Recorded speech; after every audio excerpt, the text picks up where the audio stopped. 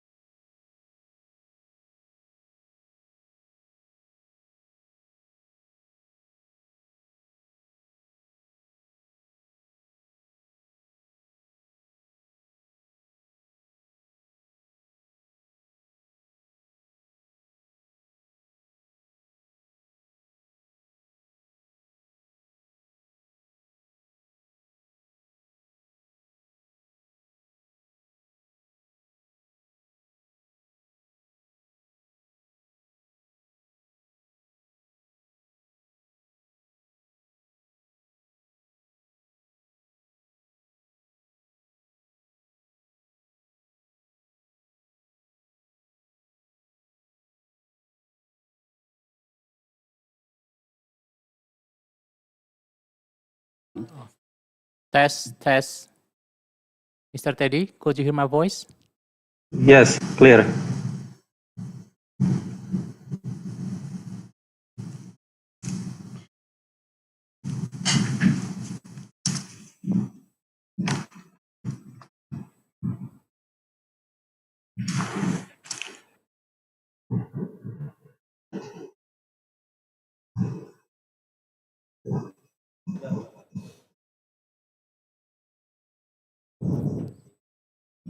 Hello, I'm Friska. It's good to see you again and welcome back to our first day at the third WCO RTC Indonesia International Conference, Customs Role on Sustainability and Digital Economy.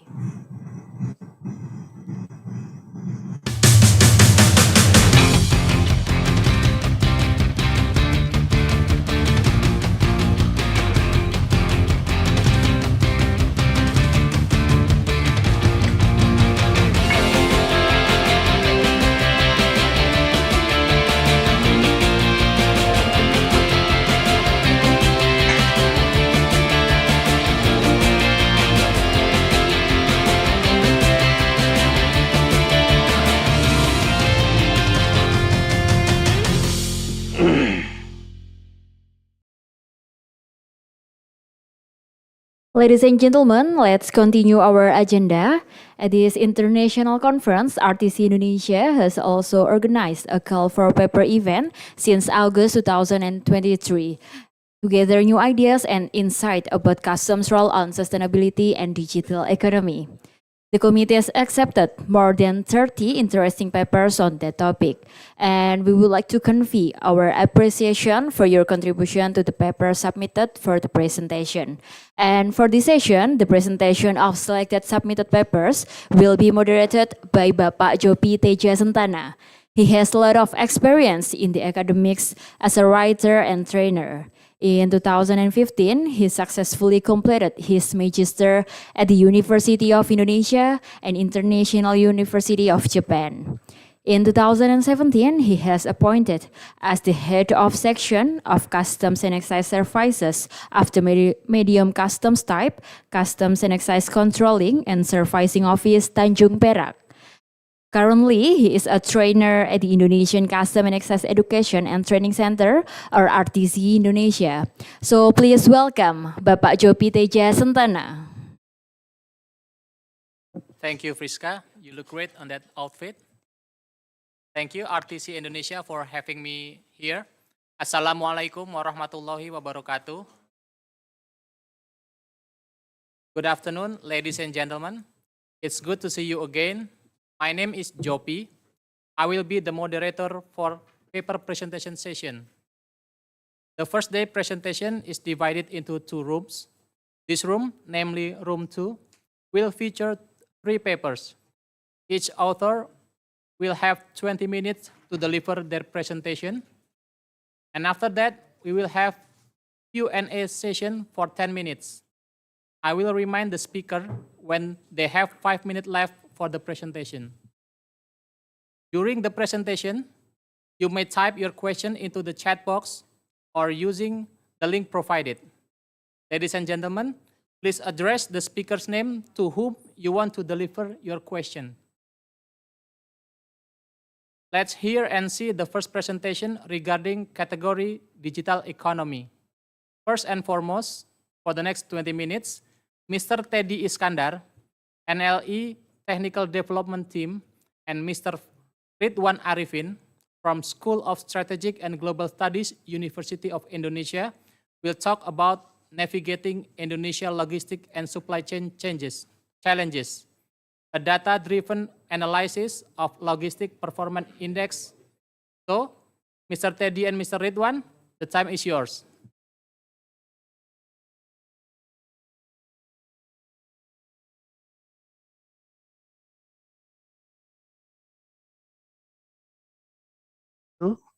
Thanks to Bapak Jopi as the moderator. Thanks to the RTC Indonesia for the opportunity of this international conference. Please allow me to share the screen.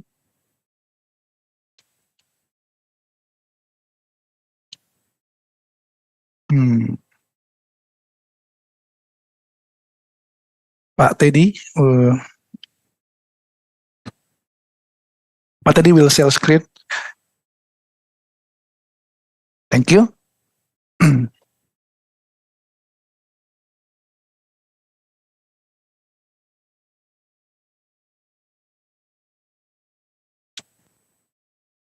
Yeah. Thank you. Our paper is about the navigating Indonesia's logistics and supply chain challenges, a data-driven analysis of logistic performance index. This is very interesting topic because investment in logistics infrastructure also raise environmental concerns. And it's about balance between development and sustainability. And now this is the reopening borders after the COVID-19 pandemic. And in this paper, we talk about and we discuss about some research issues that is appearing in Indonesia comparing to ASEAN countries. Okay. In the next slide, that the Logistic Performance Index, or LPI, is a crucial benchmarking tool developed by the World Bank to assess the country's logistic efficiency and effectiveness. And in this case, LPI's provides an objective view of logistic system and helps countries identify opportunities and challenges for improvement. So the LPI's significance extend to business and national economies, playing a vital role in performance and competitiveness. But talking about Indonesia, in the context of Indonesia, it is very important to raise the awareness and the issues that their Indonesia Logistic Performance Index indicates a complex logistic environment with only 2 out of 6 indicators showing improvement over the past 5 years. So another issue that the LPI cover. This LPI cover custom clearance, infrastructure, quality, timeliness, tracking, and tracing, reflecting various logistic aspects and other aspects showing decline. Meanwhile, the 2 indicators is increasing. But we are going to elaborate more in the analysis. Another issue is there is a policy fragmentation, lack of integrated logistics policies among government ministries and institutions in Indonesia. It can be harmful or delay the coordination because it reflects in the LPI 2023 results and rank of Indonesia. Another issues or challenges is that the LPI show custom infrastructure improvement, while other indicators like international shipping, logistic quality, timeliness, and tracking and tracing indicators declined. So this is very complex and challenging issues in Indonesia because there is a complex logistic landscape in Indonesia. Indonesia is very wide, big, and the maritime area is very broad, and there are a lot of seaports in Indonesia that is very complex. In this paper, we raise question that to what extent are the steps and changes in logistic policy implemented by the Indonesian government, and how that who are able to respond to the LPI's decline, and how the second question is how Indonesia's LPI's 2023 ranking compares with other ASEAN member countries. So, in this sense, the aims of the study is to analyze the steps and changes in logistics policy implemented by the Indonesian government, responding to the LPI's ranking decline, and also to compare the Indonesian LPI's 2023 ranking with other ASEAN member countries, because it explores lessons that Indonesia can learn from ASEAN countries. And we use the theory about logistic and supply chain, and also SGM 4.0, and another theory that we use is the single window system. So, in this paper, we employ the methodology, qualitative methodology. It's data-driven analysis employed to identify the factors influencing logistics performance in Indonesia. But we are not going further to the fuzzy Delphi method or FDM and entropy weighted method EWM in the data-driven analysis, but it measures only the impact of these factors and formulate policy recommendation for improvement. We limit the data-driven analysis in only the descriptive statistical analysis and data visualization to look at the trend, patterns, and relationships. So the data we collect is from trusted sources, focusing on that open data from the World Bank and the LPI indicators for 2023 also. And so the result of the study showing that the budget allocation and infrastructure investment is very important. Indonesia has significantly increased its budget allocation for logistic infrastructure, focusing on core elements like roads, ports, and airports.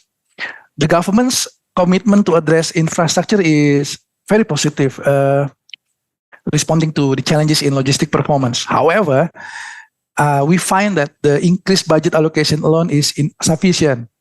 Effective planning and implementation are crucial for impactful investment.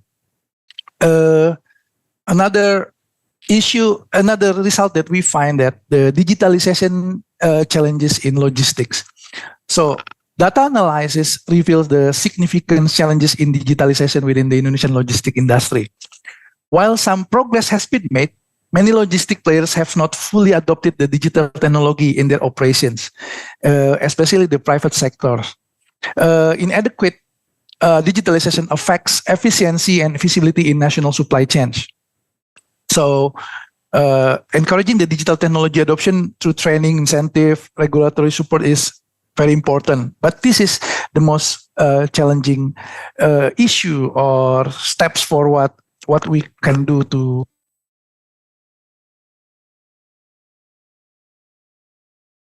and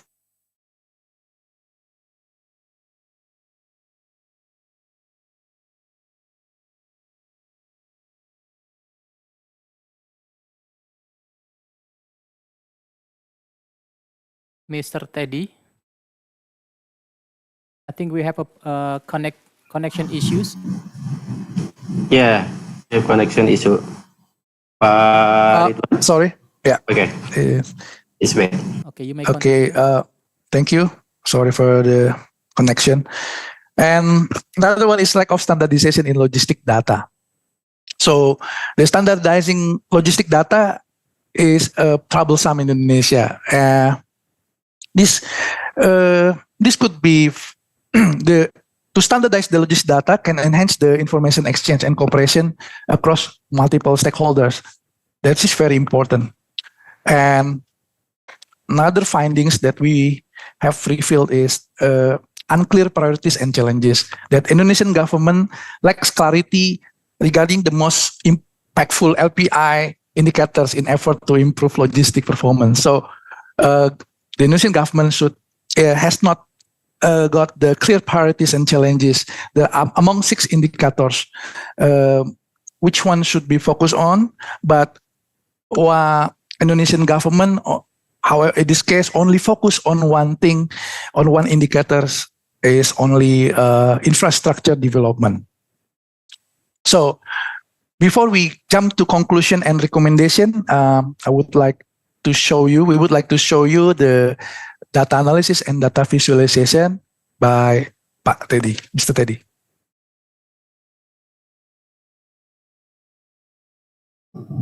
Thank you, Pak Ridwan.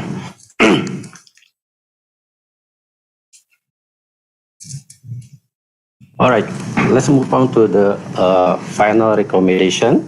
For the first recommendation, policymakers should foster collaboration among stakeholders, including government agency and the private sector and industry association, to achieve seamless supply chain management. As you can see that the graph that only to have shown improvement over the past years indicate that the logistic performance in Indonesia is facing significant challenges and complexity. Despite an increase in two-factor custom and infrastructure in LPI 2023, custom and infrastructure in Indonesia have the least score among other indicators between 2012 and 2023, especially for custom indicators, right? And the second recommendation, policymakers should prioritize digitization, including the adoption of digital platform for tracking and tracing shipment to enhance transparency and logistic competence. Of the 6 indicators, 5 indicators have increased over the past decade from 2010 to 2023, implying that logistic performance overall in Indonesia has improved, except timeliness, right? The absence of tracking and tracing service available in our logistic services is a problem that delays the improvement of Indonesia logistic performance. Then, the policymakers should encourage further research on sector-specific logistic challenges, regional disparities, the successful logistic initiative, and comparative analysis with neighboring countries. You can see on the magical quadrant, Indonesia finds itself in quadrant 2, a position that reflects its logistic friendliness exceeding the global median, but also highlight a concerning trend declining API ranking over the years. The fact that Indonesia is categorized more logistic friendly suggests that it has the potential and capability to provide efficient and logistic services. To advance toward quadrant 4, Indonesia should focus on enhancing key areas such as custom efficiency, infrastructure development, and streamlining logistic processes. And then it said that there are slow turnaround times at port, right? Which result in delay movement upwards, while slow delivery post and offices has affected the timeliness of delivery. It indicates the Indonesian government has not focused on improving efficiency in logistic process at ports and post offices. The government lacks to identify the causes of slow turnaround time at port, and on the other hand, improving technology and process at port offices has not been fully deployed and integrated to slow delivery times.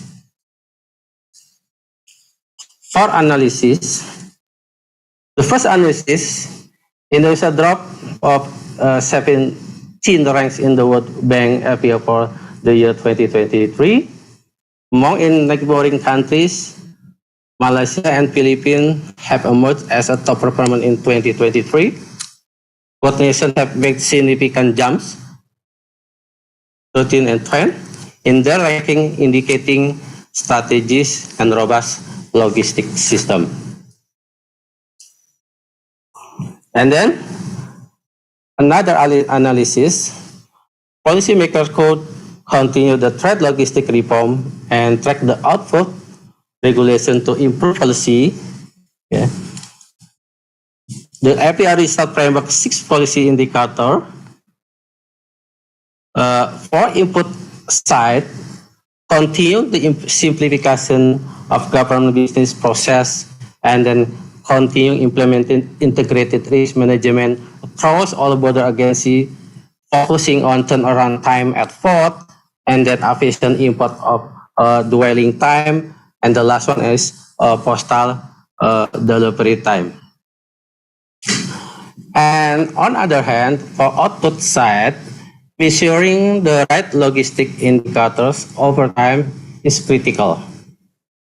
Data collected by the NLE in real time and review over time will help policymakers identify bottlenecks, ensure collaborating with another international institution that provide access to additional data is more importantly. As you can see from the picture, custom and infrastructure are under government control. It's areas of policy regulation. It means that this indicator fully under government authority. Meanwhile, service quality, timeliness, and international shipment and tracing is heavily under private sector control. Thank you. Thank you, Pak Teddy. That's the most. Before we close the presentation, we have some recommendations that responding to our data analysis and visualization. The first is prioritize the digitalization, including the adoption of digital platforms for tracking and tracing shipments to enhance transparency and logistic competence. And foster collaboration among stakeholders, including government agencies and the private sectors and industry association to achieve seamless supply chain management. And last one is the most important thing is explore an expanded role for Indonesian custom and excise in facilitating the international trade to streamline the trade process and reduce the bottlenecks that have been explained by Teddy. That's all. Thank you very much for the time for our presentation. Please welcome. We welcome you some questions and discussion. Thank you. Back to the moderator. Okay, thank you very much, Mr. Ridwan and Mr. Teddy. You just have a great paper highlighting the LPI index from Indonesia and compare it to the other ASEAN members. As we know, the LPI consists of 6 indicators, namely customs, infrastructure, international shipment, logistic competence, tracking and tracing, and the timeliness. Even though the LPI score and rank for Indonesia in 2023 is decreasing, however, we see 2 positive or 2 indicators. 2 indicators increasing in score and rank. They are custom and infrastructure. So for the ladies and gentlemen, if you have any question, please raise your hand or and then say your name and then just ask the question to the author, please. Please, Mr. Surono. Okay, thank you, moderators. Nice to to hear the papers from Mr. Teddy and friends. And I'm interested about national logistic ecosystem. And I know the main problem in implement the national logistic ecosystem is about collaboration. And this paper recommended about the fostering collaboration among stakeholders. The question for the authors, maybe you can explain how to manage or how to mitigate the problems of the collaboration among the stakeholder, especially the fear of losing income from stakeholder, maybe freight providers, shipping agent, and so on. Thank you. Okay, thank you very much, Mr. Surono. I think the question is very clear that the main problem in implementing NLE in Indonesia is collaboration issues. Based on your perspective, how to mitigate or how to tackle these issues? Please, Mr. Arifin and Mr. Teddy. Okay, thank you, Pak Surono. Good question. And that's the challenges of the NLE right now. In the NLE team, there are two approach or two ways to integrate and collaborate with government to government and business to business. For the first one, government to government services is we encourage to ministry and institution to enhance their regulation. So for G2G or G2B services, we have regulation. Yeah? We have a ministerial decree, we have undang-undang, something like that. But in on other hand, for business to business is still challenging, right? Because for regulation, the government has not mandated to the NLE team to push sanction to logistic service provider to integrate, to collaborate with the NLE team. Therefore, in this time, the NLE team and ministry and institution from Ministry of Finance and Ministry of Transportation and etc. still discussing about how to integrate the B2B sectors, the private sector services of logistics to integrate with NLE team. That's my answer, Pak Surono. Thank you.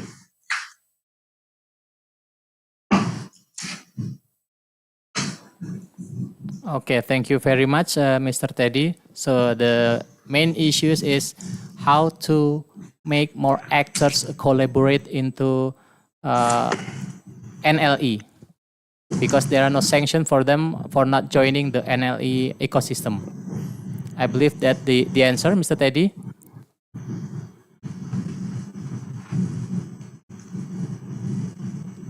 So is there any other question from the participants? Please just raise your hand.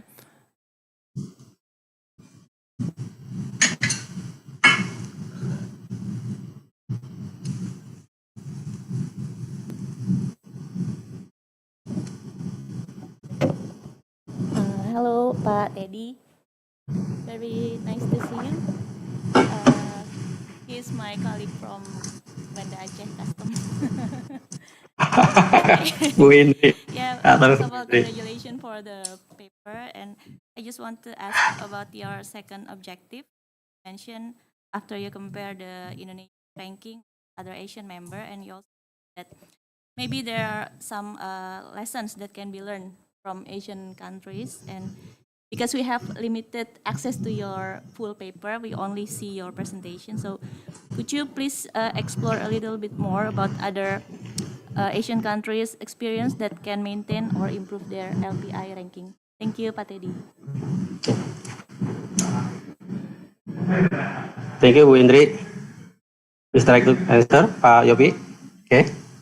Please, Mr. Teddy. Thank you. We have a review from ASEAN countries for a logistics initiative, Bu Indri, namely for India, not only India, because India for ASEAN countries, one of the highest score and ranking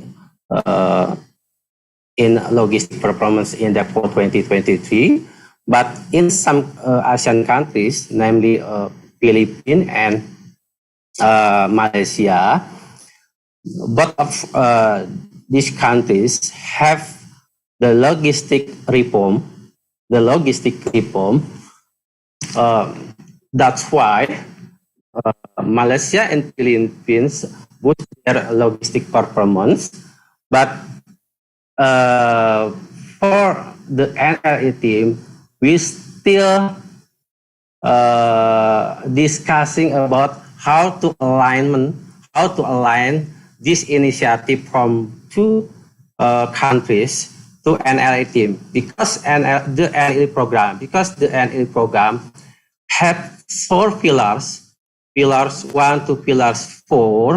So the challenge is to alignment the initiative from Malaysia and Philippine countries to Indonesia of logistic reform, Bu Indri.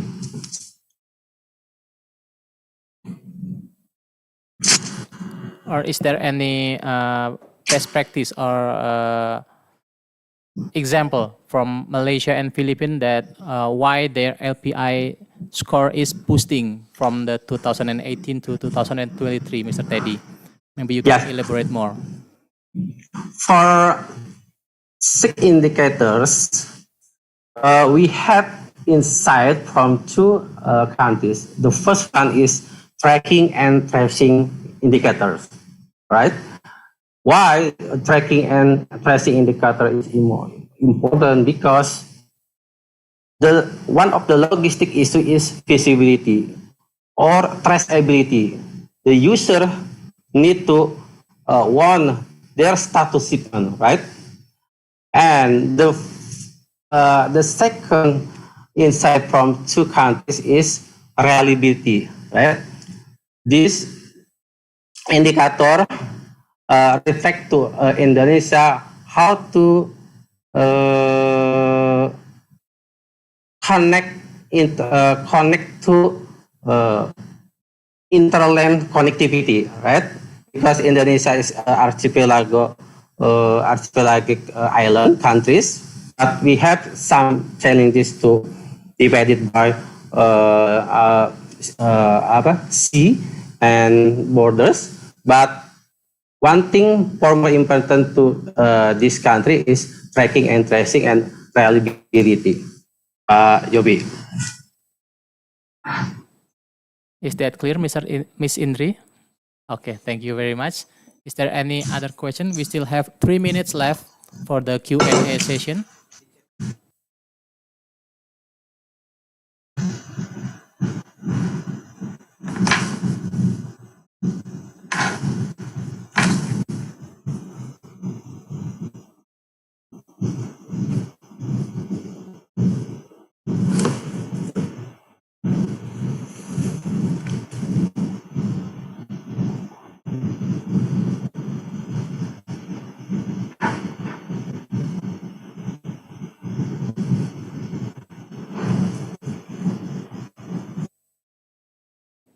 We have one more question, please. Good afternoon, ladies and gentlemen, and thank you for Ms. Debbie and Ms. Budi.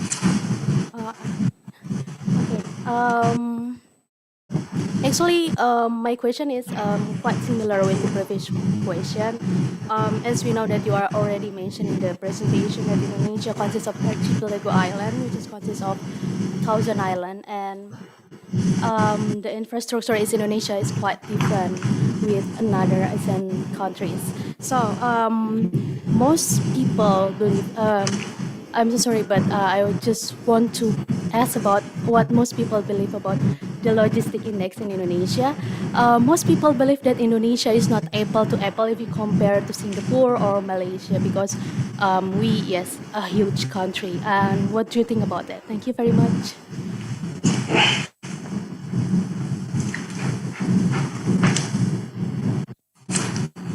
Thank you for your question. Some people said that statement, but somehow the World Bank still assess a country's efficiency and effectiveness of logistics. So for Indonesia compared to Singapore, let's say, is not apple to apple. Yes, correctly, but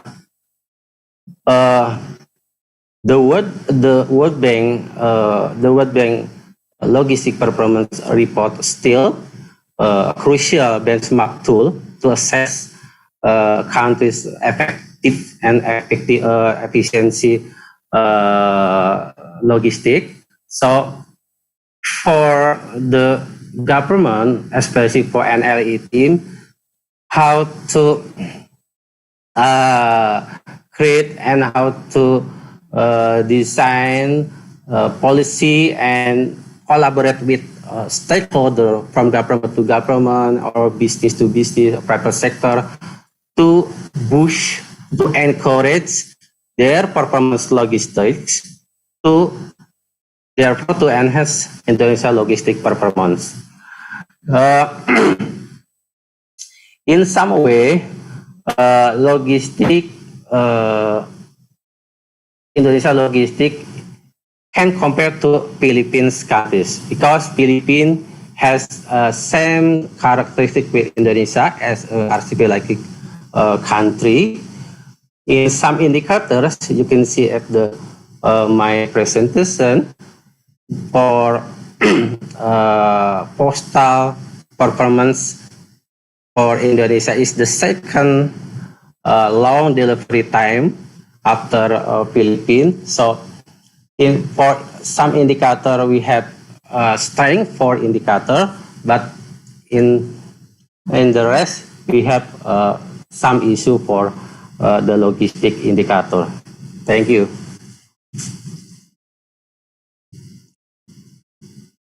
Okay, thank you, Mr. Teddy, for the answer. There are one more question actually, and I hope you can answer it in brief. This is the question from Ms. Zana Maslova. The question is, are there exist any special governmental programs for supporting developing digitalization in customs and making national software?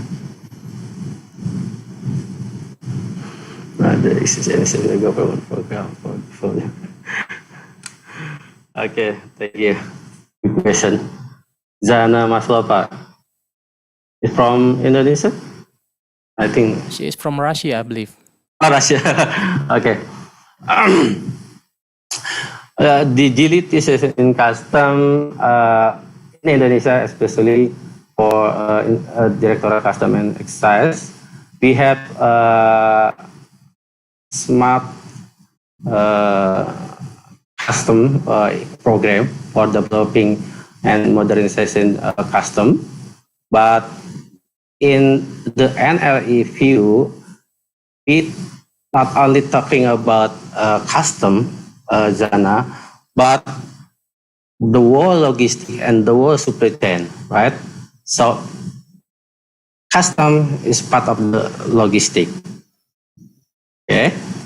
For the logistic modernization and logistic digitalization, still need collaborate with Ministry and institution. So by presidential instruction, Impress number 5 2020 is a good initiative to boost digitalization, logistic digitalization, and including custom modernization.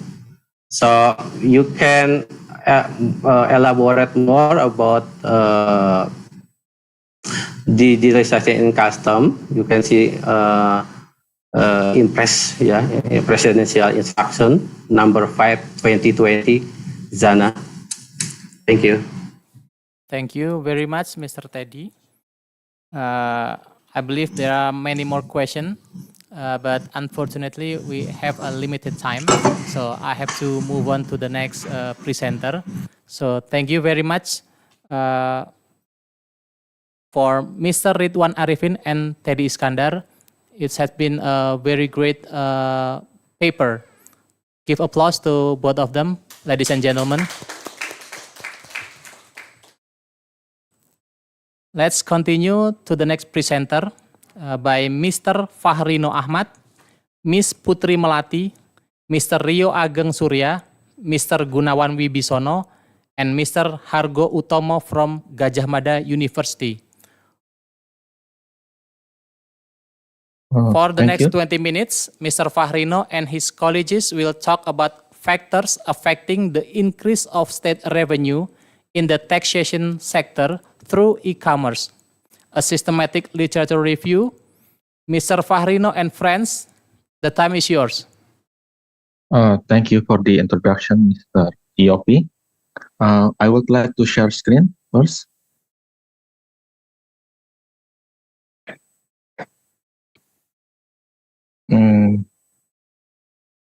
Let me. Is it clear, the screen? Very good. Okay. Okay, thank you, Mr. Yopi. Assalamualaikum warahmatullahi wabarakatuh. Greetings. Good afternoon, everyone. Dear all presenters, we would like to continuing our conference today. It is my pleasure to give a presentation about the evolving landscape that we are surrounding around us, like TikTok or Shopee, or the some kind of the issue about e-commerce. So our research on paper were entitled of factors affecting the increase of state revenue in the taxation sector through e-commerce. This is a systematic literature review, and we are using a Scopus for the base paper, and we use the method by the transfer. Let me continue to the second slide.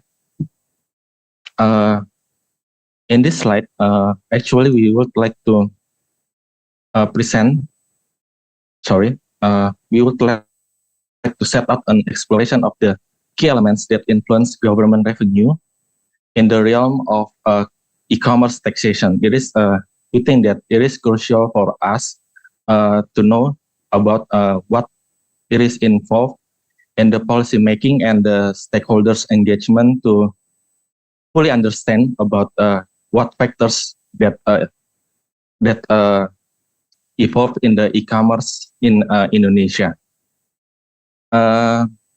This understanding will enable us to craft tax structure and that are equitable and resilient, or capable on polarizing the fast-paced digital landscape. This is our background on our research. Moving to the slide 3, we spotlight that Indonesia have an impressive numbers of internet users. This reached in 2023, it reached about 212 million people. This is not just a static only, or it is not only merely numbered. It is actually it is an opportunity, and it demands us for us to nimble the taxation policies that reflect the evolving dynamics and trends in the commerce sector. We need a fair and transparent taxation on e-commerce transaction that can significantly contribute to increasing state revenue. Sorry. Continuing to the slide 4,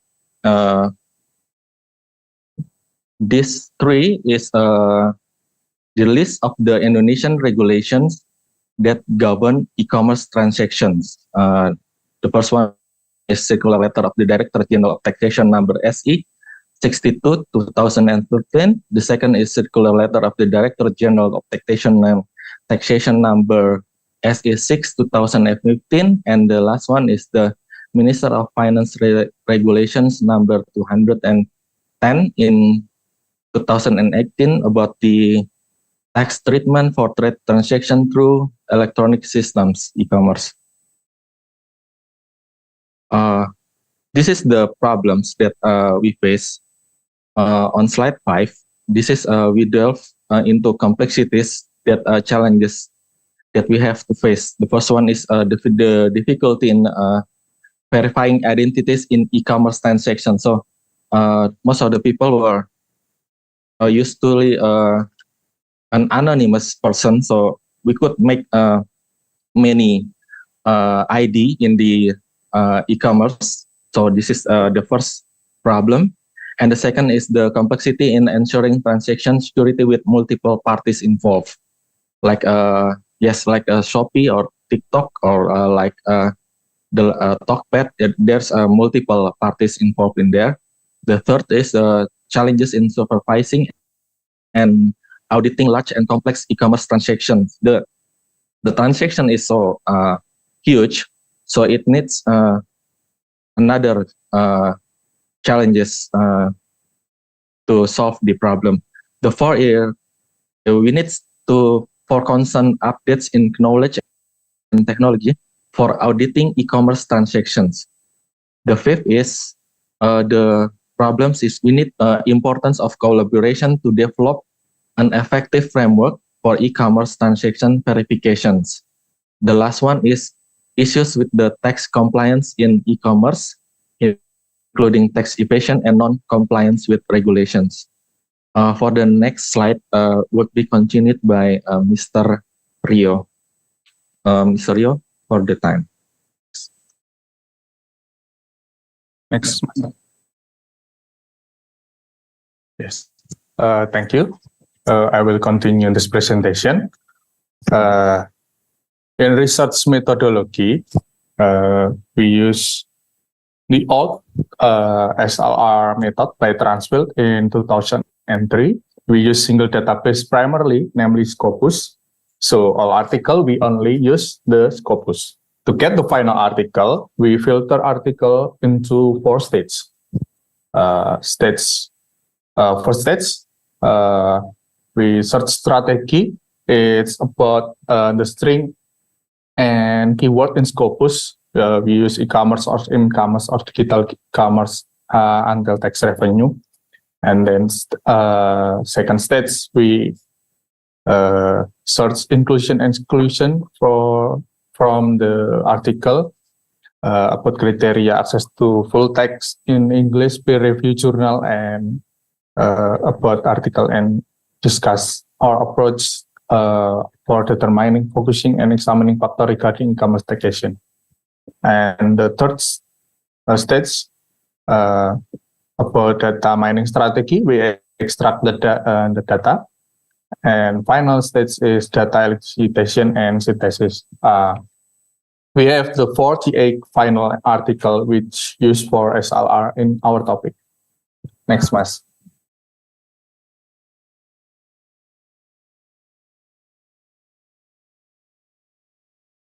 Yeah, thanks. Okay. So this is the framework that we use from our 48 final article, and the result from our synthesis, we refer to this framework. This framework explains that the policies, basis, tax rate, tax knowledge, and tax incentive plays a dual role in its impact on tax revenue. It shapes taxpayer behavior and influence strategies for tax avoidance. With the global nature of e-commerce, we face unique challenge and opportunity for both legal tax planning and illicit tax avoidance. The policies we create must therefore navigate this complex water with a balance of firmness and flexibility. The framework also explained that tax compliance and tax avoidance as a mediator. Yep. Next. So in the slide, we will discuss one for the framework. So in this slide, we focus on tax policy and its effect on tax revenue. E-commerce has transformed the way we approach taxation as online transactions continue to grow, influenced by global trend, consumer behaviors, and regional variation. Tax policies must evolve to keep pace. It's not just about adapting to change, it's about anticipating it. The tax policies we implement must be meticulously designed. They should be flexible to accommodate the shifting landscape of e-commerce, ensuring that as the digital marketplace evolves, our tax collection strategies remain effective and fair. We've seen studies showing that good tax policies lead to better tax collection. And when business understand and follow these rules, the government ends up with more in the bank. But there's a catch. Online commerce is global, and that can make it tempting for people to find loopholes to pay less tax. We need smart policies to prevent that and ensure everyone's paying their fair share. Next. On this slide, we're focusing on the tax base in e-commerce. Basically, all the online sales can be taxed. The bigger this base gets, thanks to the boom in e-commerce and more money the government could potentially collect. Here's what we need to remember. As online sales grow, we must update our tax rules to keep up. If we don't, we might miss out on tax money that could benefit all of us. Pacharet in 2009 points out just how important this is. But there's a twice. Having a huge variety of things to tax can make it harder for business to follow the rules, and they might try to find way to pay less. At the same time, if we make the tax net too tight and rules too complicated, it could backfire and people might end up paying even less. Then College in 2023 highlight this delicate balance. And with technology moving so fast, especially in online shopping or e-commerce, keeping track of what get taxed, it's becoming trickier. This means tax authorities have to be clever and come up with new ways to tackle tax evasion and more sure everyone's paying their fair share across border. Blue and other in 2000 were already put on this challenge. Next.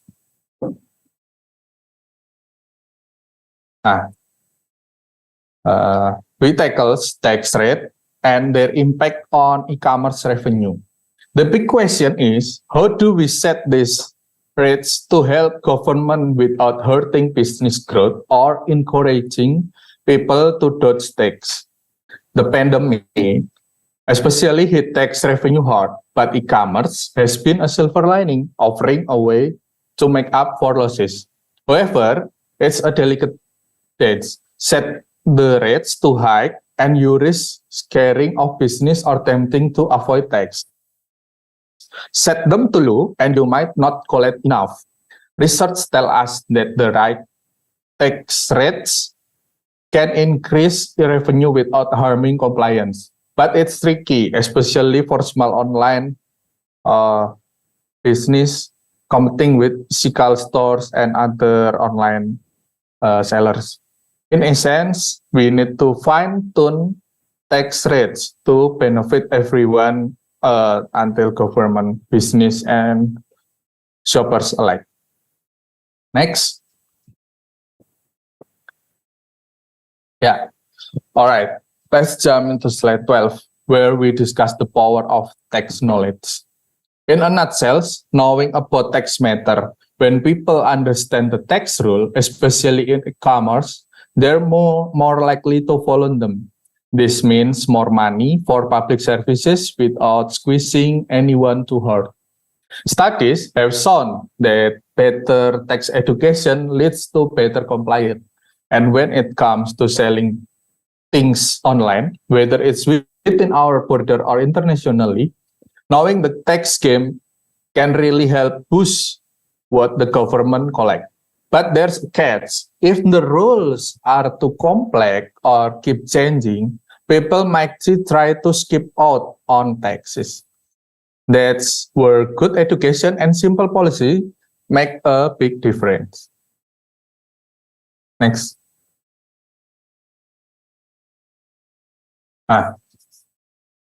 Moving on the slide, we're diving into tax incentive. These are like special offer that government give to business, especially in the fast-growing e-commerce space.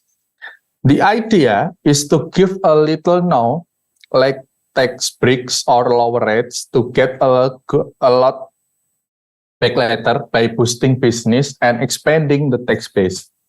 Research Agrawal and Wildasin in 2020 and Bjorkland in 2017 found that while this incentive might mean less tax money upfront, they can kickstart more business activity. That means more business paying tax down the line. Also, when companies see real benefit from this incentive, like Bruce and Fogg reported, they're more likely to follow the tax rule. This means less dodgy tax behavior and more reliable tax money for the government. But there's a tricky part. Sometimes incentive can tempt business to bend the rules to pay less tax, as Dahlia and Strauss point out in 2013. It's all about finding the right balance, making sure business can thrive and pay their fair share of tax. Next. Okay, from this slide until the ending of slide, we'll continue by Ms. Putri Melati. Thank you. Thank you, Mas Rio. I will continue. Okay, this is the method and the year. We know that from 2000 to 2023, research predominantly utilized qualitative method and then less in quantitative method. Only one study used mixed method approach for comprehensive insight. The research trend shows a sustained interest in this topic with flexible methods reflecting the significance of e-commerce influence on national revenue. And then the number of documents by year state that taxation research interest in e-commerce taxation peaked in 2009, and there's a significant spike in 2020. So this trend highlights the continued importance of understanding e-commerce taxation in our rapidly digitizing world. Okay, next. Okay, this is the distribution publication across countries. The United States, being a pioneer in the digital economy, leads in research output on e-commerce tax revenue. The UK and Australia, with their significant e-commerce activities, follow closely. Canada and China also contribute significantly, reflecting their economic ties with the US and status as a global e-commerce powerhouse, respectively. Contribution from India, Malaysia, and South Africa highlight the global interest in e-commerce tax revenue. This geographical diversity in research underscores the universal significance of e-commerce tax revenue in the growing digital economy. Okay, next. Okay, this research identifies key factors influencing tax revenue from e-commerce transaction. There are the tax policy, tax basis, tax rate, tax knowledge, and tax incentive. It has also discussed the mediating role of tax compliance and tax avoidance in the relationship between these factors and tax revenue. Since Mr. Rio explained it in detail, I will summarize it briefly. Next. Ms. Putri, Okay. you have 4 minutes left. Oh, okay. So I will move to the conclusion. Next. Okay, this is the future research. The following are some future research we suggest based on the SLR we have conducted. First are e-commerce and tax evasion.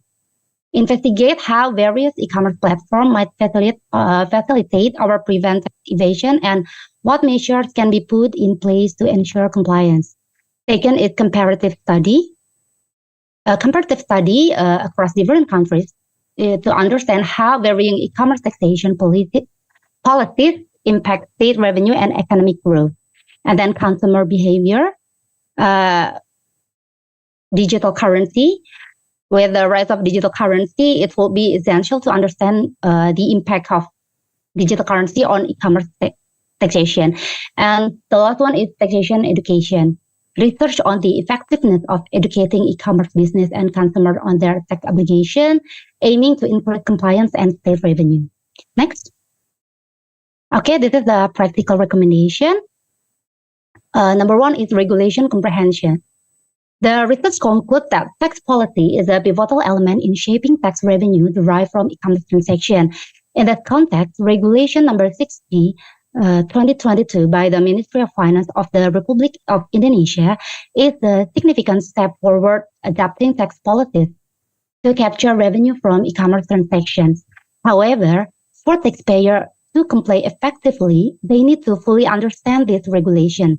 Therefore, providing adequate education and training about this regulation is crucial. Additionally, transparency in its implementation can build trust and encourage compliance. Regular reviews and adjustments to the regulation will ensure its continued relevance and effectiveness in the rapidly evolving e-commerce environment. Number two is collaboration and responsiveness in tax policy. The research also highlights the importance of tax knowledge and the role of tax incentive in influencing tax compliance behavior. In response to this, relevant institutions need to collaborate with e-commerce associations. This collaboration can help institutions understand the dynamics of the industry and provide relevant tax information. Furthermore, considering the rapid development of the e-commerce industry, this institution needs to proactively monitor industry trends and adjust tax policies accordingly. This will ensure that tax policies remain responsive and relevant in the ever-changing e-commerce landscape. Thank you very much.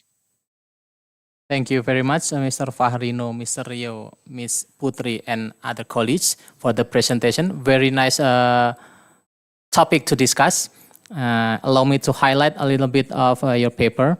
Why government needs to impose tax on e-commerce, because to create the same level of playing field between commercial commerce and electronic commerce transaction in terms of tax point of view.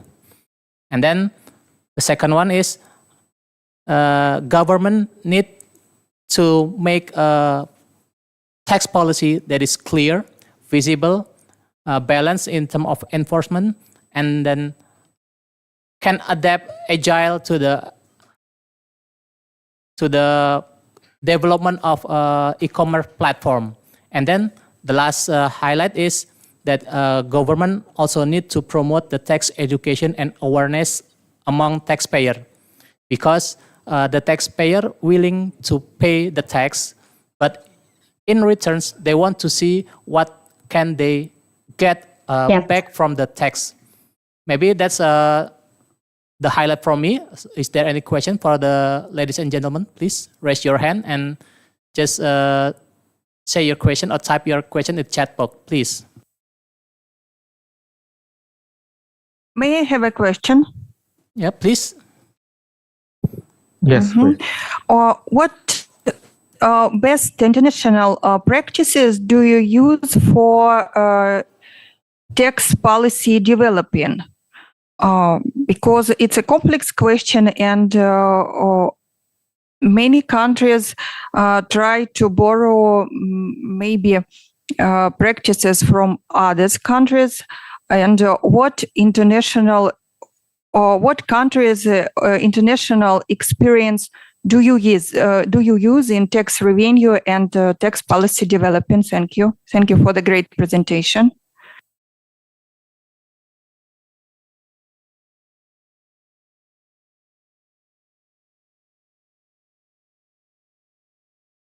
Thank you for the question, Ms. Dana Maslova. This is a challenging question. Okay, I think that is since our research is systematic literature review, we just just collecting the factors that impact the tax revenue from e-commerce transactions. So what we did is time-testing the factors that affecting the tax revenue. But for your question, I think there is no I don't know, maybe there is no best practice for all the country, because there is a different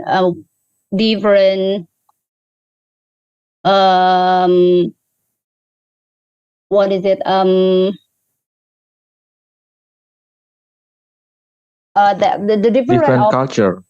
Yes, different culture and different. There are so many differences in each country, so that we can put the same what is it the same regulation or the same practice like that.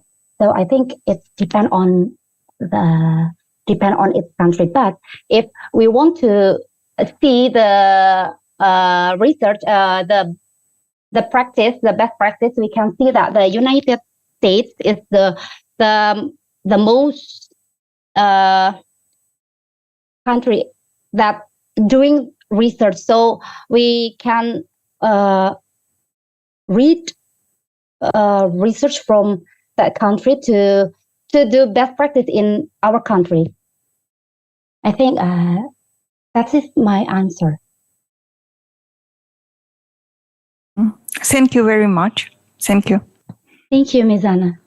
Yeah, Ms. Zana, I think many countries facing the same issues also, but the disruptive era where e-commerce come into the trading and then come to the way of life people nowadays. So, but it is also need to be tackled because there are a lot of potential in terms of government revenue there. But these studies highlighting to promote awareness of the people, both for the government and also for the community, how to address these issues, and then how to make it into proper legislation, and then how to make people understand through the delivery education for the taxpayer from the government. I think that's the point. Mr. Rio or Miss Putri, is there any addition? Mr. Fahrino? Thank you for having us, Mr. Yopi. That is excellent conclusion from you. I think we have finished our presentations. Is there any questions we'd like to answer, please? Yeah, is there From any the question? floor. We still have more minutes for the Q&A session.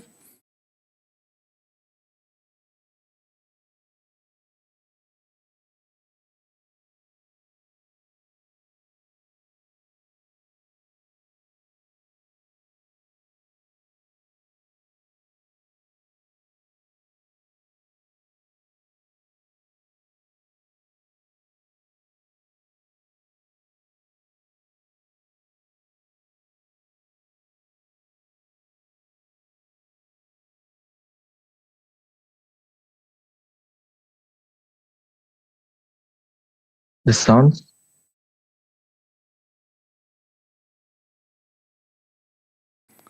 Okay, for the online participant, you may type your question in the chat box whenever you want to ask to the authors.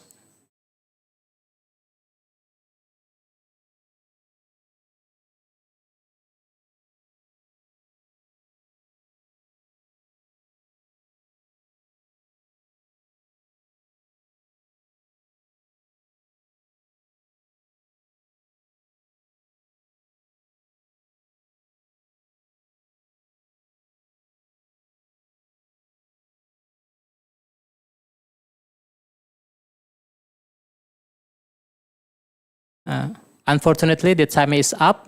Ladies and gentlemen, please a big applause for the authors from the University of Gadjah Mada. Thank you, Mr. Fahrino and friends, for your presentation. Thank you, Mr. Yopi. Thank you, Mr. Yopi.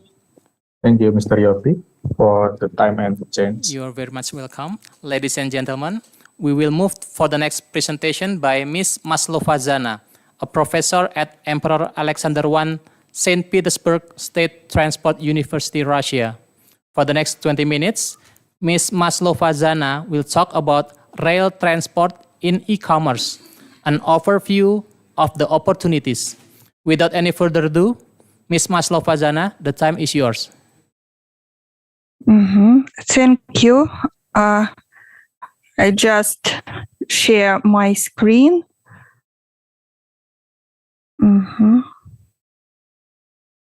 I hope you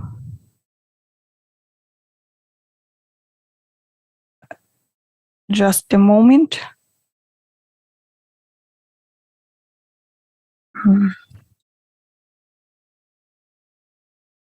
Just a moment.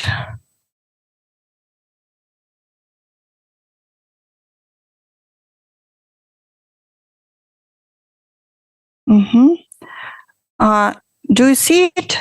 Is everything okay? Yeah, very good. You may continue, Ms. Zana. Okay.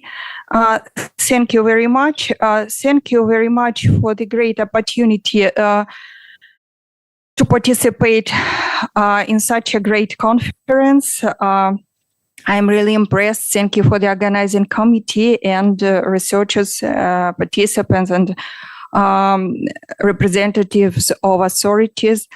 And my presentation is related to rail transport development, rail transport and e-commerce development. The study presents the result of a comparative analysis of logistics development strategies in the e-commerce market in the Russian Federation and the Republic of Indonesia. The analysis shows that while technological solutions are more general and can be disseminated as best practices, the structure of transportation depends on local characteristics. Rail transport has an important place in the economy. But in order to be integrated into the e-commerce market, railway companies have to change their existing logistics significantly. This study presents an analysis of strategic documents examining the prospects to enter the e-commerce market and the challenges encountered along the way.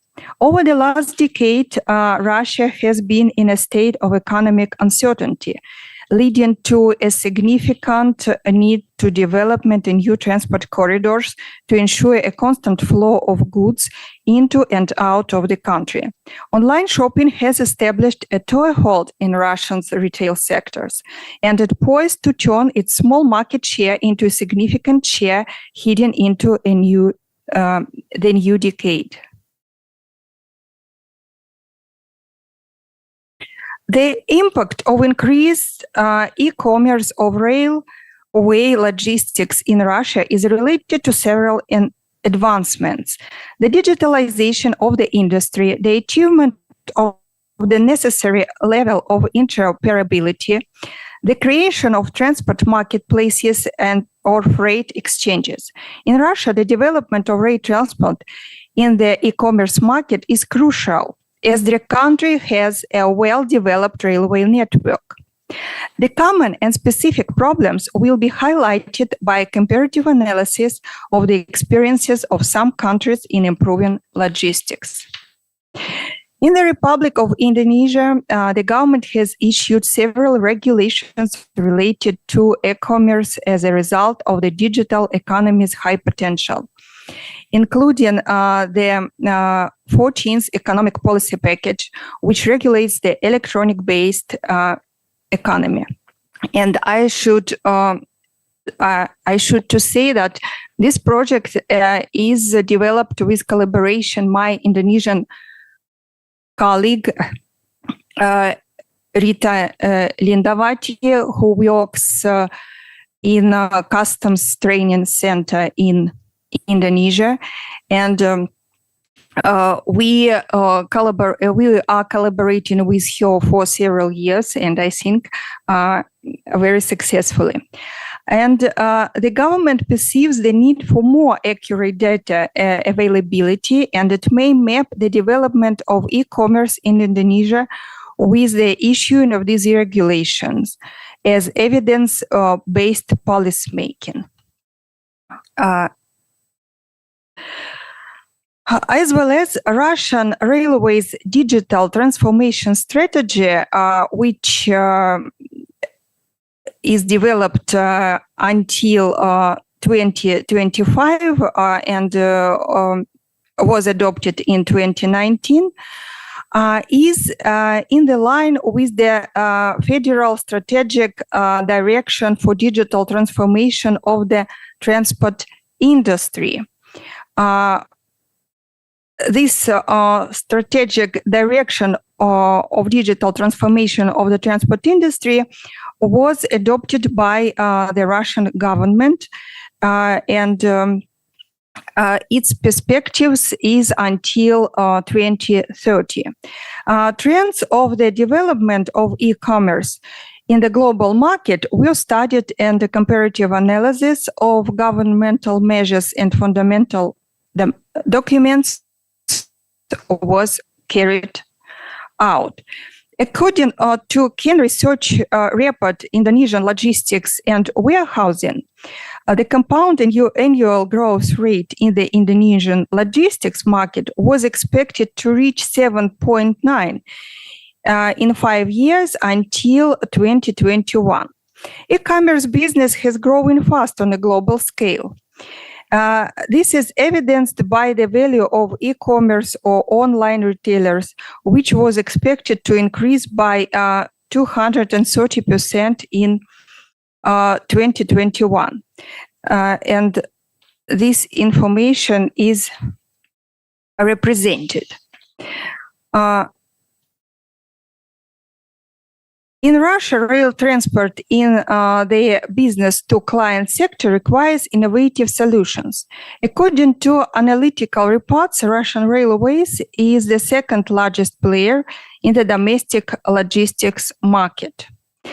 And in the whole, the e-commerce market is specific because it involves the movement and delivery of large quantities of small postal items. This national company, RZD Logistic or Russian Railways Logistics, offers delivery of the wide range types of goods. Meanwhile, the freight market is very conservative, and Russian Railways digital transformation strategy envisages development along many areas. Among the priorities of the national strategy are the digitalization of freight transport, as well as the lifestyle of infrastructure and vehicles, and the digitalization of transport management.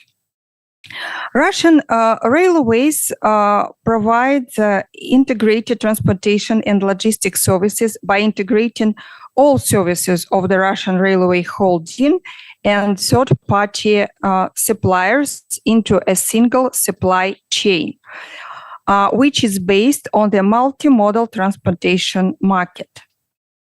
And it's the screen of the site where the electronic platform is based. And this company is developing the use of tags, improving security systems and standardization. It has started to develop electronic trading platform, and it's working. It has been working successfully for several years. It's clear that the development of the e-commerce market is associated with similar challenges. However, while technological solution may be similar, the priority use of transport modes differ. So there is no one-size-fits-all solution that is optional for different countries. This should be taken into account when developing national strategic documents. So, and what could be in common between Russia and Indonesia? As we look at the e-commerce process, tax surveillance, buying something online, we see that people can be still lack of access to banking services, especially in remote areas, as well as the internet connection can be slow. There is sometimes no access to the internet at all, and it's a common situation. In the e-commerce commerce sector, shipping logistics should be standardized. Consumers are frequently disadvantaged as a result of different issues relating to the delivery of goods, such as delivery delays, damaged items, or even goods that are not in line with the order. This occurs because the logistics standard, which covers the time of delivery of goods as well as the delivery itself, is insufficient. Another one is the data security problem associated with the development of the Internet of Things, which exists not only in the logistics or railway industry. At the moment, there are no unified data transfer protocols standards for their data protection. The next unresolved issue is the lack of the universal documents for multimodal and international transport. There is no single document that combines maritime aviation, railway, and road transport. So multimodality and continuous seamless cargo tracking does not work yet. Indonesian strategies to address e-commerce challenges are following. And we count the following. The country integrates e-commerce and fintech payments and financial services in terms of technology and services. Also, Indonesia implemented 5 actions to accelerate digital transformation in order to overcome slow internet. These are accelerating the expansion of access and enhancement of digital infrastructure, creating a digital transformation strategy for government, public services, and industries, preparing regulations for funding schemes and digital transformation financing, and so on. As well as the Indonesian government has implemented a variety of steps to mitigate logistical issues in e-commerce. The Indonesian government designed the national logistics ecosystem, which integrates the traffic of commodities and international documentation from the places to entry to the warehouse. And what should be said in conclusion, that to make transportation in the e-commerce market effective, all modes of transport must be integrated into supply chains. Large-scale supply chains should manage multiple vehicles and facilities around the world. And while these used to be intractable tasks, today artificial intelligence in supply chain and logistics is making these tasks easier. So we hope that with artificial intelligence, we can overcome many of logistics problems. E-commerce and the digital revolution have resulted in new business models affecting supply chain configuration. E-commerce logistics system seek improved communications, transparency in the supply chain, improved customer satisfaction, distribution and logistics optimization, cost reduction, improvement in efficiency and on-time delivery. On the one hand, this development creates new opportunities such as more alternatives for sourcing freight capacity. More options for improved organization and tracking of shipments are more transparency in terms of freight rates. On the other hand, rail logistics is a conservative industry that is now ready to embrace new technologies, especially cloud-based solutions and services. And marking goods can help track shipments, speed up logistics processes, and can be a business driver as it saves on paperwork and warehousing. It can get goods through customs inspections faster.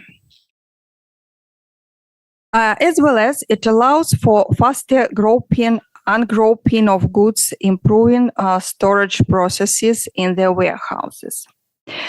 The growth of small-scale shipments that is relevant for modern logistics is in an evolving e-commerce market is likely to lead to developing marketplaces as the future of freight transport. The main objective of transport marketplaces or freight exchanges is in providing digital services for ordering. So the logistics industry is likely to split into two mutually independent parts. One of them can be described as simple transport with minimal margins, where the customer can go to the marketplace, select destination, consignment, and choose a list of services. And Ms. Maslova, you have five more minutes. Yes, I'm finishing. And while for Russia, the development of rail logistics is important, for Indonesia, land transport in general is important, not railways. Not the railway itself. The land transportation industry is crucial for the growth of national connectivity and contributes significantly to national development. The Indonesian government is committed to increasing urban transportation as one of the primary drivers in reducing congestion of infrastructure. Connectivity in all integrated land, sea, and air sectors will help in efforts to equalize the national economy for an island country like Indonesia, which consists of more than 17,400 islands. Thank you for attention. I finished my presentation. Thank you very much for the enlightening presentation from Ms. Maslova. I highlight a few notes from your presentation that Indonesia and Russia have different strategies. While in Russia, the government of Russia tried to incorporate railway transport into the e-commerce. While in Indonesia, since it is an archipelagic country, the government tried to interconnect the logistic based on land transportation. And then also, financial institution coverage in Indonesia needs to be broadened since payment instrument in e-commerce platform utilize bank account. And then also the other issue is the internet network in Indonesia need also to be expanded across the nation. I think that's the highlight. And then for the next session, we will have 10 minutes Q&A session. So for those who want to ask any question to Ms. Maslova, You may raise your hand or chat in the chat box in the Zoom application.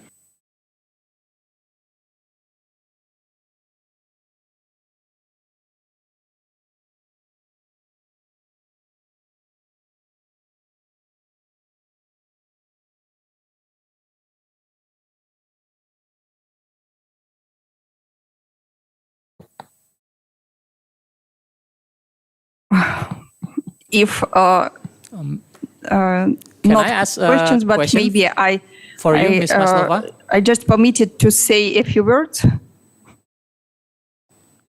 Am I permitted to ask you a question, Ms. Maslova?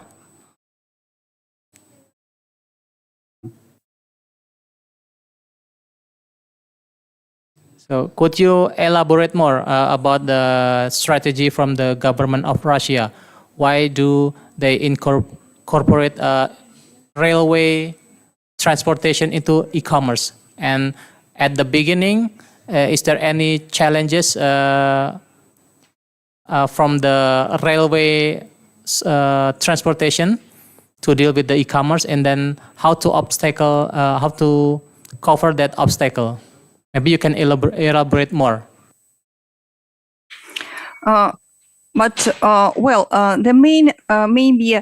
The main problem I see that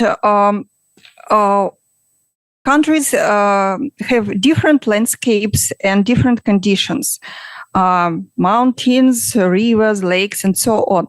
And but e-commerce supposes small shipments, very huge amount of small parcels, and it's a common problem because I think every country faces to problem of multimodal transportation development, and we use now in Russia we have such an integrating process where on the one electronic platform can be based multimodal transportation railway in cooperation with automobile transport now, and later, maybe in the next year, the third part,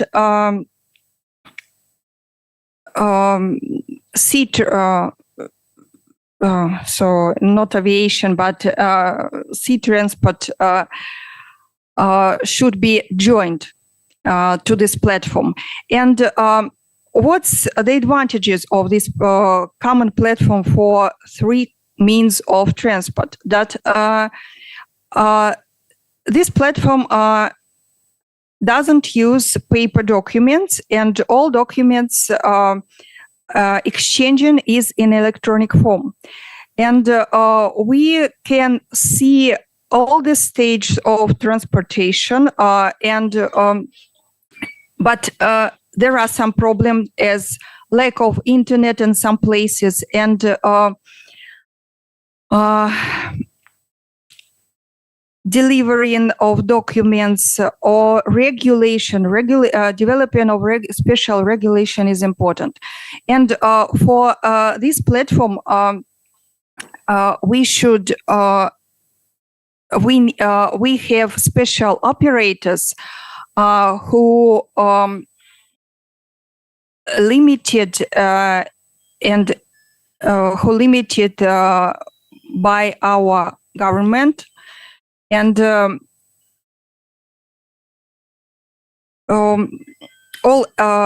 all agents, all economic agents should be interact with these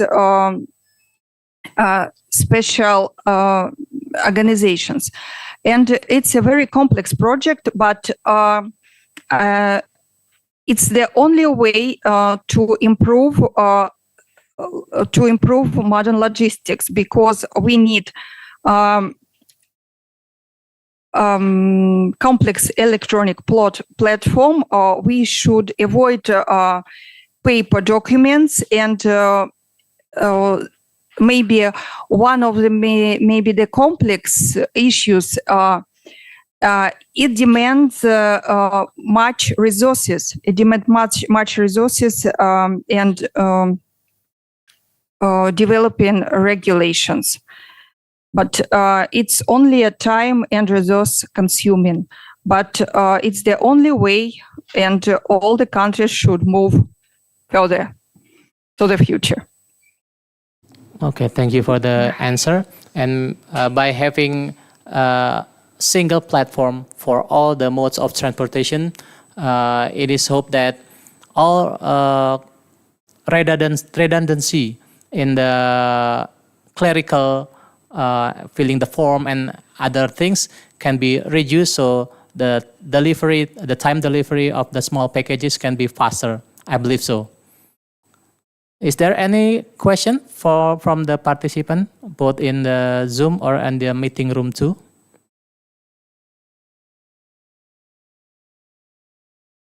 Yeah, we have one question from the meeting room. Please, Ms. Indri. Okay, thank you, Mr. Jovi. Thank you, Ms. Maslova. I want to ask actually about your methodology when you came up with your little bit about discussion about Indonesian e-commerce challenges and outcomes. What criteria did you use, or maybe in Russia you already have like a guidance to assess yourself, self-assessment, how to optimize your railway transportation to support e-commerce? Whether you what criteria did you use in your paper, your methodology, so you can come up with your almost discussion and conclusion about this is the challenges and this is the outcomes. Whether it is like already you have it in Russia about your standard guidance to optimize railway for boosting e-commerce or something, or maybe you use other guidance, maybe like diagnostic tool by transport association or something. Maybe could you elaborate more about that? Thank you. Thank you for the question. But in this research is used quantitative and qualitative methods of analysis, and in Russia statistics is good, and we can get much information from the open resources about company's activity and its figures. So as we talk about Russian Railways company, is it's a leader of the logistics market, and it develops many innovations, and it's open for collaboration and interaction. And as I work for State Transport University, it's the oldest technical university in Russia. So in this university, we work and conduct research with collaboration with this company, and many of our graduates work for it, and maybe scientific projects are realized on the base of our university. So we have a great deal of material to conduct research. And if it's interested, maybe for someone, we could cooperate a research project in logistics, because I think it would be interesting for representatives of technical companies. Our university cooperates widely.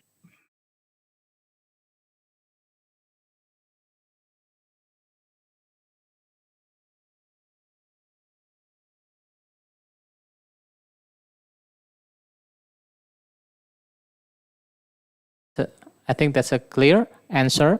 And then for the last question, maybe. Is there any more question for Ms. Zana Maslova? Because we still have 2 more minutes for the Q&A session.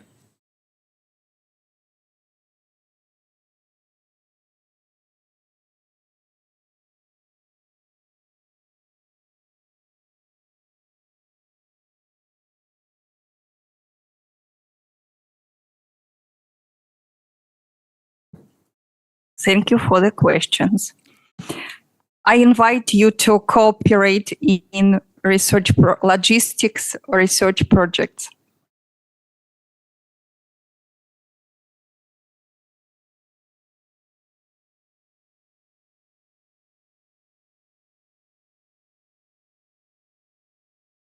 Okay, I think the time is up. Please give applause to Ms. Zana Maslova for the presentation. Very good and insightful one. Thank you, Ms. Zana Maslova and the other presenter for answering all the questions from the participant. There has been some great question. Thank you all. And thank you, ladies and gentlemen. We have had a productive, inspiring time already. Hopefully, everyone in here found today's conference to be of value. So I'll give it back the session to Friska. Please, Friska. Thank you, Bapak Jopi Teja Sentana, and thank you all to all of the presenter for the insightful discussion. Thank you to all of the participants.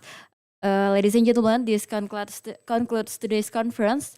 Please stay safe and stay healthy. See you on the next day with more interesting and great discussion, as we will have plenary session of customs role on digital economy, technology and innovation in customs, where we will also have a sharing session of invited countries, Malaysia and China, and also the presentation of selected papers.